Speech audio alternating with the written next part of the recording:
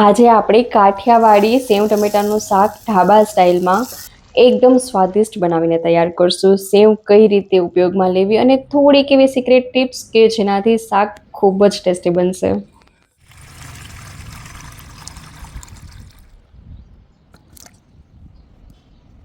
આપણે અહીંયા 5 વ્યક્તિને થાય એટલું શાક બનાવવાના છે, તો આપણે અહીંયા 3 ટમેટા કટિંગ કરશું. 1.5 ટમેટાનું ઝીણું ઝીણું કટિંગ કરશું અને 1.5 ટમેટાના મોટા ટુકડા કરશું.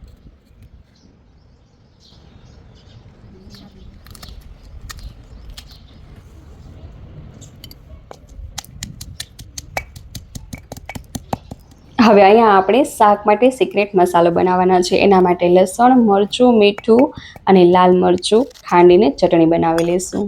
હવે આને આપણે એક વાટકીમાં કાઢી થોડું પાણી ઉમેરી અને મિક્સ કરી દઈશું, જેનાથી શાકમાં આપણે ચટણી ઉમેરીએ ત્યારે બરાબરથી મિક્સ થઈ જાય. હવે અહીંયા લીધું છે માટીનું વાસણ અને તેમાં 2.5 ચમચા જેટલું તેલ ઉમેરી દઈશું. ચૂલા ઉપર આમાં શાક બનાવીએ એટલે એકદમ દેશી સ્વાદ આવે છે. ખાતા જ રહી જાય એવું શાક બને છે ખરેખર. હવે આપણું તેલ ગરમ થઈ ગયું છે અને અહીંયા આપણે થોડુંક રાઈ જીરું ઉમેરી દઈશું.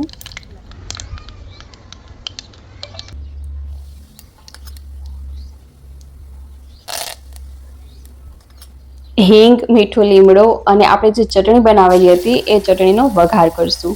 આ રીતે વઘાર કરશું ને તો શાકનો સ્વાદ થોડોક અલગ જ આવે છે અને કલર સારો આવે એ માટે આપણે તેલમાં જ હળદર ઉમેરી દઈશું.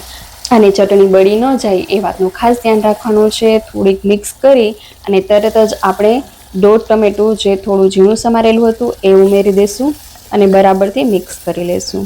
અહીંયા આપણે અડધા ટમેટા જ નાખવાના છે. જે થોડા મોટા ટુકડામાં કટ કર્યા છે ને એ નથી એડ કરવાના. હવે આને આપણે 1 મિનિટ જેવું ઢાંકીને પકાવી લઈશું, જેનાથી એકદમ ગળી જશે અને એની ગ્રેવી ખૂબ જ સરસ બનશે. અહીંયા આપણે ઢાબા જેવી ગ્રેવી બનાવવા માટે થોડીક નાની નાની ટિપ્સ પણ હું તમને બતાવીશ. તો આ રીતે આપણે નોર્મલી સેવ ટમેટાનું શાક ઘરે બનાવતા જ હોઈએ છીએ, પણ એ આવું નથી બનતું, સિમ્પલ બને છે. પણ જો આ થોડીક વાત તમે ધ્યાન રાખશો ને જો ફોલો કરશો ને તો શાક એકદમ ઢાબા જેવું બનશે. તો 1 મિનિટ જેવું આપણે અહીંયા ટમેટું પકાવી લીધું છે ને એકદમ ગળી ગયું છે ટમેટું. 5 મિનિટમાં આ શાક બનીને તૈયાર થાય છે, પણ આમાં પાણી કેટલું ઉમેરવું, સેવ કેટલી વાર પકાવી એ બધી વાતનું ખાસ ધ્યાન રાખવાનું હોય છે. હવે જો આપણે અહીંયા થોડાક મોટા ટુકડા કટ કરેલા હતા ને એ ટમેટા ઉમેરી દીધા છે અને એને આપણે બરાબરથી મિક્સ કરી લઈશું. જો આ ટ્રીક કરવાથી આપણી ગ્રેવી મસ્ત ઘાટી બને છે અને ટમેટાના ટુકડાનું જે ટેક્સચર હોય છે ને એ પણ રહે છે. હવે અહીંયા આપણે સ્વાદ મુજબ થોડુંક મીઠું, આપણે ચટણીમાં થોડું મીઠું એડ કરેલું હતું એટલે થોડુંક જ ઉમેરવાનું છે અને ધાણા જીરું અને લાલ મરચું ઉમેરશું થોડુંક.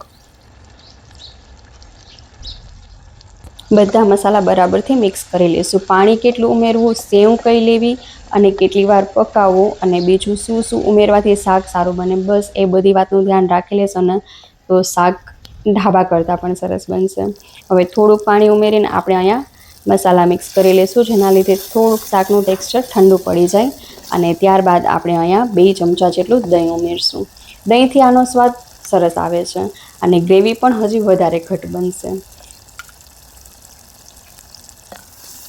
અને દહીંને ફટાફટથી મિક્સ કરી લેવાનું છે, જેના લીધે ફાટે નહીં. જો કે આ રીતે અહીંયા મેં જે દહીં લીધું હતું ને એ દહીં થોડુંક મિક્સરમાં પીસી લીધું હતું.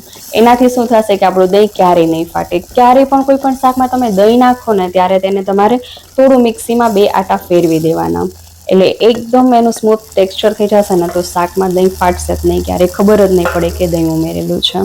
અને પછી આપણે અહીંયા 1 ગ્લાસ જેટલું પાણી ઉમેરવાનું છે. 5 વ્યક્તિનું શાક છે, એમાં 3 ટમેટા લીધા છે ઝીણા સમારેલા ને મોટા ટુકડામાં, અને 1 ગ્લાસ જેટલું પાણી ઉમેરવાનું છે. પાણીનું ખાસ ધ્યાન રાખવાનું છે. જો ઓછું પાણી પડશે ને તો જ્યારે સેવ ઉમેરીએ છીએ ને તો શાક ઠંડુ થઈને એકદમ લોંદા જેવું થઈ જશે, અને વધારે ઉમેરશું ને તો પણ એવું થશે કે સેવ વધારે પાણી પી જશે અને લોંદા જેવું થઈ જશે. તો પાણી નાખવાનું માપ ખાસ આપણે ધ્યાન રાખવાનું, પાણી માપનું જ નાખવાનું.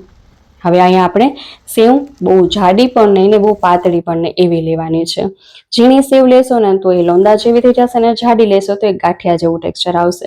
તો આપણે અહીંયા મીડિયમ સેવ લેવાની છે અને સેવને જેવું જ આપણે ઉમેરીને એવું તરત મિક્સ કરી એમાં થોડુંક ધાણા જીરું ઉમેરશું અને થોડુંક ગરમ મસાલો ઉમેરશું. એનાથી શાકમાં જે રસો છે એ ઘટ લાગશે અને સ્વાદ ખૂબ જ સરસ આવશે અને કલર પણ સરસ પકડશે શાક. અને કોથમીરના થોડાક પાન સ્પ્રિંકલ કરી દઈશું ને તરત જ આ શાકને આપણે નીચે ઉતારી લેવાનું છે. 1 મિનિટ જેવું જ આપણે તાપમાં રાખવાનું છે. જો તમે ગેસ પર બનાવતા હો કે ચૂલા પર બનાવતા હોય, શાકને સેવ ઉમેરીને 1 મિનિટમાં જ નીચે ઉતારી લેવાનું છે.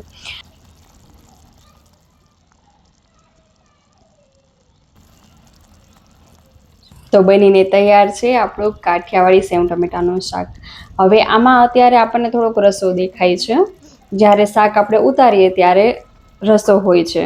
પણ થોડુંક ઠંડુ થશે ને 5 મિનિટ થશે ને એટલે સેવ બધું પાણી રસો પી જશે. એટલે એનું જે ટેક્સચર છે એ બહુ રસાવાળું પણ નહીં અને બહુ કોરું પણ નહીં એવું થઈ જશે. જો આ રીતનું એનું ટેક્સચર થઈ જશે. જો તમારે આનાથી થોડુંક રસાવાળું રાખવું હોય ને તો તમે 1 ગ્લાસથી થોડુંક ઉપર પાણી ઉમેરવાનું છે. પણ જો અહીંયા આપણી સેવ એકદમ સરસ છે, લોંદા જેવી બિલકુલ બી નથી થઈ અને ટેક્સચર પણ ખૂબ જ સરસ છે. તો તમને મારી રેસીપી કેવી લાગે છે એ મને કમેન્ટ સેક્શનમાં લખીને જરૂર કહેજો. અને મારા ચેનલમાં તમને કાઠિયાવાડી રેસીપી, ગુજરાતી રેસીપી, ગામડાની રેસીપી બધું જ મળી જશે. જો તમને મારા વિડીયોઝ ગમતા હોય તો મંગળવાર અને શનિવાર 5 થી 7ની વચ્ચે હું વિડીયોઝ અપલોડ કરું છું. તો ચેનલને સબસ્ક્રાઈબ કરવાનું ના ભૂલતા અને વિડીયો ગમ્યો હોય તો લાઈક અને શેર પણ જરૂરથી કરી દેજો. આગળ મળશું નવા વિડીયોમાં નવી રેસીપી સાથે. ત્યાં સુધી આવજો. Bye bye.